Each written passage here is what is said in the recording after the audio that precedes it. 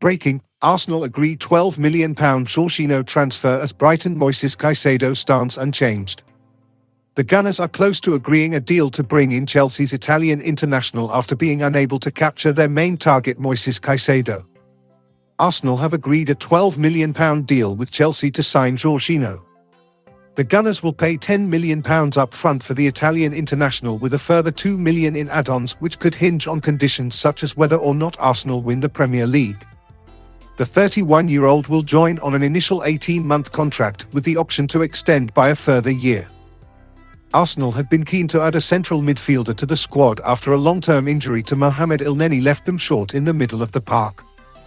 Moises Caicedo had been their main target, but after being rejected in 2 bids for the Ecuadorian, the Gunners eventually backed off from the deal. Arsenal were keen to respect Brighton's stance and insist they had nothing to do with Caicedo's public pleas for a move on social media. After accepting that a deal for Caicedo was not going to happen, the Gunners then pivoted towards a deal for Jorginho, who Chelsea were willing to let leave ahead of the potential arrival of Enzo Fernandez. The move for Jorginho is not thought to impact Arsenal's long-standing interest in Declan Rice.